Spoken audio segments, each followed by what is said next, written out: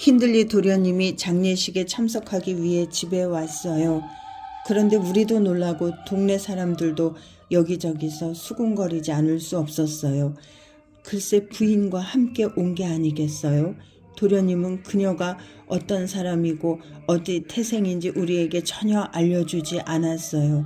아마도 다른 사람에게 자랑할 만한 재산도 없고 내세울 집안도 아니었던 모양이에요.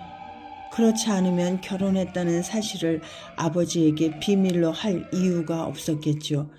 그녀는 자신을 위해서 집안의 분란을 일으킬 사람은 아니었어요. 집에 들어서자마자 눈에 보이는 물건들과 일어나는 모든 상황이 흡족한 듯 했어요. 장례식 준비나 조문객은 제외하고요. 저는 그녀의 행동을 쭉 지켜보고는 좀 모자라지 않나 싶었어요. 그녀는 방으로 달려들어가 아이들의 옷을 챙겨주던 저를 부르더니 덜덜 떨면서 손을 부여잡고 앉아서 이렇게 물었어요. 사람들이 아직 있나요? 그러더니 그녀는 검은 상복을 입은 사람들을 보고 받은 인상을 발작적으로 묘사하기 시작했어요. 두려움에 몸을 떨면서 결국 눈물까지 흘렸어요. 뭐가 문제냐고 물었더니 자기도 모르겠는데 죽을까봐 너무 두렵다고 하더군요. 그녀는 그렇게 쉽게 죽을 것 같아 보이지는 않았어요. 좀 마르긴 했지만 젊고 혈색도 좋고 눈은 다이아몬드처럼 밝게 빛났거든요. 하지만 계단을 오를 때 숨 가빠하고 갑작스런 소리에 부들부들 떨고 가끔씩 기침을 심하게 한다는 건 알고 있었지요. 하지만 저는 이런 증상이 어떤 병을 예고하는 것이라고는 생각하지 못했고 그녀를 가엾게 여길 마음도 별로 없었답니다. 라우드 씨, 이 고장 사람들은 대체로 상대가 먼저 다가오지 않으면 타지에서 온 사람에게 먼저 살갑게 다가가지 않는답니다. 젊은 언쇼나리는 외지에 가 있던 3년 사이에 많이 변했더라고요. 더 야위고 혈색도 안 좋아졌고 말투와 차림새도 많이 달라져 있었지요. 돌아온 바로 그날 도련님은 조셉과 저에게 이제부터 부엌을 쓰라고 하고 자신이 거실을 쓰겠다고 했어요. 사실 작은 빈 방에 카펫을 깔고 도배를 해서 쓰려고 했지만 아내가 흰 바닥과 따뜻한 커다란 벽난로, 백납 접시와 도자기, 계집 그리고 자신들이 보통 있는 곳에서 돌아다닐 수 있는 넓은 공간을 무척 마음에 들어했거든요. 그렇게 아내가 편히 지내게 해주면 되니 빈 방을 꾸밀 필요는 없다고 생각한 듯 했어요.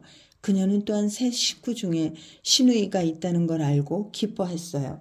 그래서 처음에는 캐서린 아가씨와 수다도 떨고 입을 맞추기도 하고 같이 뛰어다니고 선물도 많이 하면서 무척 귀여워했어요. 그런데 그 애정은 금세 시들해졌고 부인이 짜증스러워하면 젊은 주인은 포악해졌죠.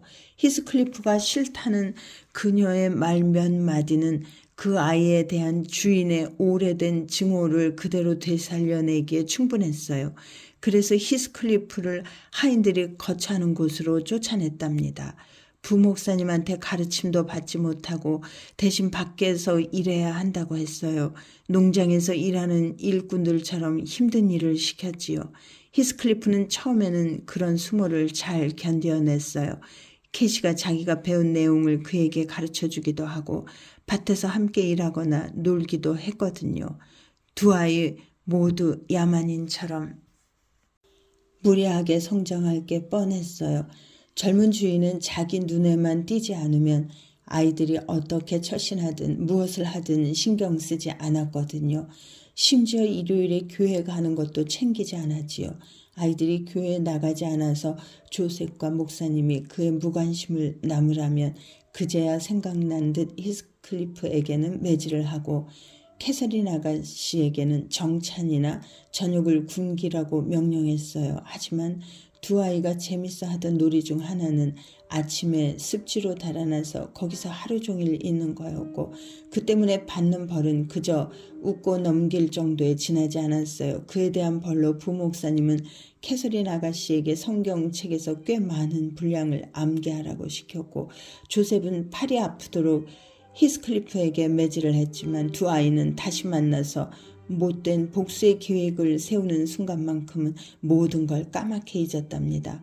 저는 아이들이 나날이 난폭해지는 모습을 보면서 여러 번 울기도 했지만 의지할 곳 없는 아이들을 통제하던 미약한 힘마저 잃게 될까봐 두려워서 말할 엄두를 내지 못했어요. 어느 일요일 저녁 아이들이 시끄럽게 했는지 아니면 뭔가 대수롭지 않은 잘못을 저질렀는지 거실에서 내쫓긴 일이 있었어요. 제가 저녁 먹으라고 부르러 갔지만 아이들은 어디에도 없었지요. 위층과 아래층, 뜰, 마구간 모두 뒤져보았지만 어디에도 보이지 않았어요. 결국 도련님은 화를 내면서 문을 걸어 잠그라고 하고는 그날 밤에는 아이들을 절대 들여보내지 말라고 했어요. 모두 잠들었지만 저는 너무 걱정돼서 눕지 못하고 비가 오는데도 창문을 열고 무슨 소리가 들릴까 싶어 얼굴을 내밀었어요. 아이들이 돌아온다면 주인님의 명령을 어기고서라도 들여보낼 생각이었어요. 잠시 후에 길을 걸어오는 발소리가 들리더니 대문 사이로 등불이 희미하게 빛났죠. 저는 아이들이 문을 두드려서 힘들게 주인님을 깨울까봐 소를 뒤집어 쓰고 급하게 달려갔어요. 그런데 히스클리프 혼자여서 저는 깜짝 놀랐답니다. 캐서린 아가씨는 어디에 있어? 제가 다급하게 외쳤어요. 아무 일 없는 거지? 드러시 크로스 그레인지 저택에 있어. 아이가 대답했어요. 나도 거기에 있으려고 했는데 그 사람들이 이해 없게 나보고는 자고 가려고 하지 않더라고. 너 이제 큰일 났어. 제가 말했어요. 쫓겨나야 정신을 차리지. 도대체 드러시 크로스 그레인지에는 왜 어슬렁거린 거니? 젖은 옷이나 좀 갈아입고 다 이야기해 줄게 넬리. 그가 대답했어요. 주인님이 깨지 않도록 조심하라 이르고 히스클리프가 옷을 갈아입을 수 있게 촛불을 들고 기다려주는 동안 그 아이는 이야기를 계속했죠. 캐시와 나는 마음대로 돌아다니려고 빨래터를 통해 도망쳤어. 돌아다니다 보니 그레인지 저택에서 새어나온 불빛이 언뜻 보이기에 린튼 집안에서도 일요일 저녁에 아빠와 엄마는 먹고 마시고 노래하고 웃고 불가에서 눈이 탈 정도로 불을 쬐는데 아이들은 구석에 서서 추위에 떨고 있는지 보고 싶어졌지. 그럴 거라고 생각해? 아니면 또 아이들은 설교집을 읽고 하인이 교리를 물어봐서 제대로 대답하지 못하면 성경책에 줄줄이 나오는 이름을 외워야 할 것 같아? 아마 그렇지 않겠지. 그 집 아이들은 틀림없이 착할 테니까 너희처럼 나쁜 짓을 해서 벌을 받는 일은 없을 거야. 제가 대답했어요. 설교 따윈 집어치워 넬리. 말도 안 되는 소리야. 우리는 언덕 꼭대기에서 농가까지 쉬지 않고 달려갔어. 캐서린은 맨발이어서 경주에서 졌지. 내일 늪에 빠진 캐서린의 신발을 좀 찾아줘. 우리는 구멍난 울타리로 기어들어가서 길을 더듬어가며 응접실 창문 아래에 있는 화단에 심긴 듯이 섰어. 그 사람들이 덧문은 닫지 않고 커튼만 반쯤 쳐놔서 불빛이 새어나왔어. 우리 둘 다 받침돌 위에 서서 창턱에 매달려 안을 들여다볼 수 있었지.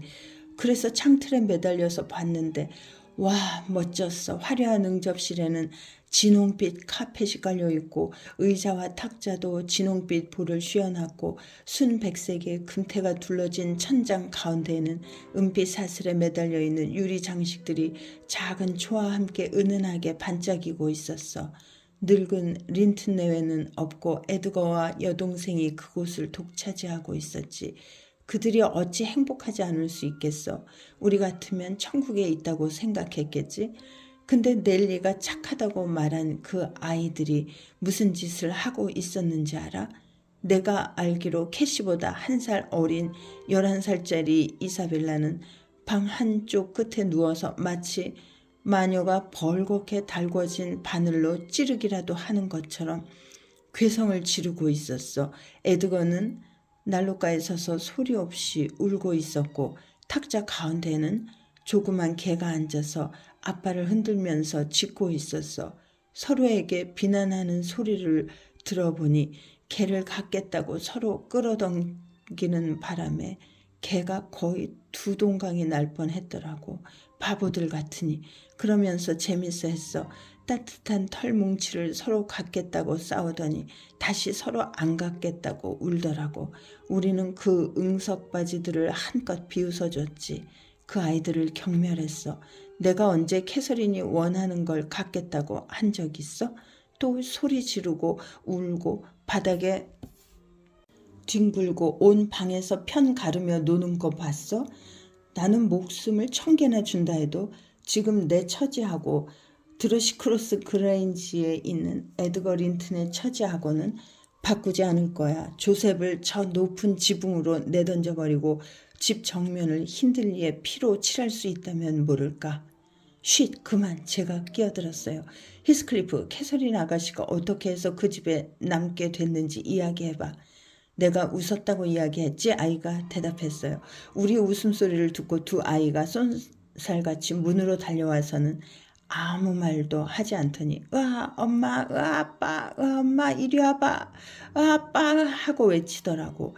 정말로 이런 식으로 울부짖었어. 우리는 더욱 겁주려고 무섭게 소리 지르고 창틀에서 손을 뗐어. 누군가가 빗장을 풀었거든. 우리는 도망치는 게 낫겠다 싶었지. 그래서 캐시의 손을 잡고 어서 가자고 했는데 갑자기 캐시가 넘어져 버렸어. 도망쳐 히스클리프, 어서. 캐시가 속삭였어. 그들이 불도그를 풀어놨나 봐. 걔한테 물렸어. 불도그가 캐시의 발목을 물었던 거야. 넬리. 끔찍하게 코를 킁킁대는 그놈의 소리가 들렸어. 캐시는 소리 지르지 않았어. 절대. 미친 소의 뿔에 찔렸어도 소리는 지르지 않았을 거야. 근데 나는 소리 질렀어. 이 세상에 있는 악마를 전멸시킬 만큼 저주를 퍼부으면서 고함을 질렀어. 돌을 주워서 그 악마놈의 입에 넣고 목구멍으로 힘껏 쑤서 넣으려고 했지. 결국 짐승 같은 하인이 등불을 들고 나와서 외쳤어. 꽉 물고 있어. 스컬커 꽉 물어. 그런데 스컬커가 잡은 게 캐시인 걸 알고는 말투가 달라졌어. 개의 목을 졸라서 떼어놓았더니 개는 큼직한 보라색 혓바닥을 한 뼘이나 늘어뜨리고는 축 늘어진 입술 사이로 피 섞인 침을 흘렸지. 하인이 캐시를 부축해서 일으켰어. 얼굴이 새파랗게 질려 있었지만 그건 내가 아는데 무서워서가 아니라 아파서 그런 거였어. 하인은 캐시를 안고 집으로 들어갔고 나는 저주와 복수의 말을 내뱉으며 뒤를 따라갔어. 로버트, 뭐가 잡힌 건가? 린튼 씨가 현관에서 소리쳤어. 스컬커가 계집아이 하나를 붙잡았습니다. 하인이 이렇게 대답했어. 그리고 여기 사내놈도 있습니다. 라고 덧붙이더니 나를 꽉 움켜잡았어. 도둑놈들이 아이들을 창문을 통해 들여보내려고 한 모양이에요. 우리가 모두 잠든 후에 문을 열게 해서 쉽게 죽이려고 했나 봅니다. 닥치고 있어. 말버릇도 고약한 도둑놈아. 이제 교수대에 가게 해줄 테니 린튼 주인어른 총을 거두지 마세요. 알았네. 알았어 로버트. 늙은 바보놈이 말했어. 어제가 소장료 받는 날인 줄 알고 싹 털어갈 생각이었던 모양이군. 와보라지. 내가 제대로 환영해 줄 테니. 이봐 존, 사슬을 단단히 채워. 제니, 스컬커한테 물 좀 줘. 치안 판사 집에 그것도 안식일에 쳐들어오겠다고? 아주 오만방자하구만. 여보, 메리, 여기 좀 봐. 겁내지 않아도 돼. 그저 아이들일 뿐이야. 그런데 이놈은 얼굴 찌푸리는 것부터 확실히 악당티가 나는데 얼굴뿐 아니라 행실로 그 본색을 드러내기 전에 당장 교수형에 처하는 게 이 고장을 위하는 길이 아니겠소? 린튼 영감이 샹들리에 아래로 나를 끌고 갔어. 린튼 부인은 코에 안경을 걸치고 무서워하면서 손을 치켜들었어. 겁쟁이 녀석들도 슬금슬금 다가왔어. 이사벨라는 혀 짧은 소리로 이렇게 말했어. 무서워 아빠, 지하실에 가두어버려. 딱 내가 길들인 꿩을 훔쳐간 점쟁이의 아들 같아. 그렇지 에드거 오빠? 그들이 나를 살피는 동안 기운을 차린 캐시가 이사벨라의 마지막 말을 듣고 웃음을 터뜨렸어. 에드거 린튼 호기심 어린 눈으로 캐시를 물끄러미 쳐다보다가 그제야 겨우 캐시를 알아보더군. 다른 데서는 만날 일이 좀처럼 없었지만 넬리도 알다시피 그 집 사람들과 우리는 교회에서 마주치곤 했잖아. 저 아이는 언쇼 양이에요. 에드거가 엄마한테 속삭였어. 보세요. 스컬커가 물었어요. 발에서 피가 나요. 언쇼 양이라고? 말도 안 돼. 린튼 부인이 소리쳤어. 언쇼 양이 저 집시하고 이 근방을 돌아다녔다니. 오, 근데 상복을 입었네. 그래, 확실하구나. 평생 절름발이가 되면 어쩌지? 저 아이 오빠가 부주의한 탓이겠지. 린튼 영감이 내게서 고개를 돌려 캐서린 쪽을 보면서 소리쳤어. 쉴더스 부목사한테 듣자 하니 그 사람은 이 아이를 완전히 이교도로 자라게 내버려 둔다더군. 근데 이 녀석은 누구지?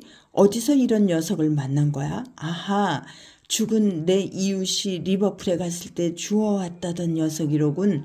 인도 벤놈인지 인디언인지 스페인 퓨르자 녀석인지 뭔지.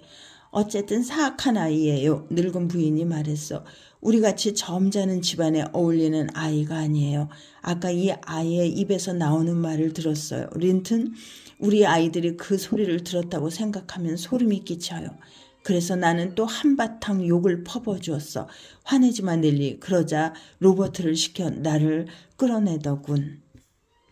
나는 캐서린을 두고 돌아갈 수는 없다고 버텼지만 로버트는 나를 작은 정원으로 끌고 나가더니 강제로 내 손에 등불을 쥐어주고는 내 행동을 언쇼 씨에게 반드시 알리겠다면서 당장 가라고 문을 닫아버렸어.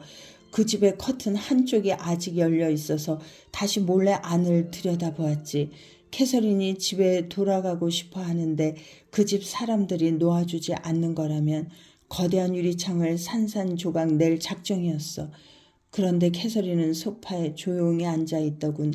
린튼 부인은 우리가 불려 쓰고 왔던 농장 여자들이 쓰는 회색빛 망토를 벗기고 고개를 저으면서 캐시를 타이르는 것 같았어. 캐시는 여자아이라서 그런지 나와는 다르게 대하는 듯했지. 그리고 나서 하녀가 대야에 따뜻한 물을 받아와서 캐시의 발을 씻겨주었어. 린튼 영감은 니거스를 한 잔 타주었고 이사벨라는 빵 한 접시를 무릎 위에다 놔주었고 에드거는 멀리서 놀란 채 멍하니 바라보고 있었어. 그런 다음에 그들은 캐시의 어여쁜 머리카락을 말리고 빗겨주더니 엄청나게 큰 실내화를 주고 캐서린이 앉아있던 의자를 난로가로 끌고 갔어. 캐시는 조그만 개와 스컬크한테 과자를 나눠주고 과자를 받아먹는 스컬커의 코를 꼬집으면서 즐거워하는 것 같더라고. 그래서 나는 그곳을 떠나왔어. 캐시의 매혹적인 얼굴이 캐시를 바라보는 린튼과 사람들의 눈에 희미하게 반사되어 그들의 텅 빈 푸른 눈에도 생기의 불꽃이 튀었어. 린튼 가족은 캐시에게 완전히 빠져서 감탄했지. 캐시는 그들보다, 아니 이 세상 누구보다 고귀하니까. 안 그래 넬리?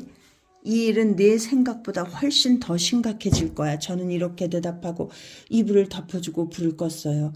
너는 구제불능이야, 히스클리프. 힌들리 도련님이 극단적인 조치를 취할 테니 두고 봐. 제 말은 생각 이상으로 적중했어요. 언쇼 주인은 그런 불쾌한 사건이 일어났다는 걸 알고 불같이 화를 냈어요.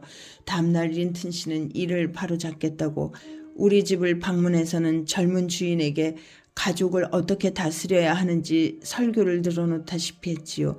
언쇼 주인은 이 일로 인해 본격적으로 집안을 챙기게 되었답니다. 히스클리프에게 매를 들지는 않았지만 이제부터 캐시 아가씨와 한마디라도 말을 했다가는 반드시 쫓아내겠다고 했어요. 언쇼 부인은 돌아온 시누이를 제대로 통제하는 일을 맡게 됐지요. 강제로 억누르기보다는 책략을 쓰기로 했어요. 억지로는 통제할 수 없을 테니까요.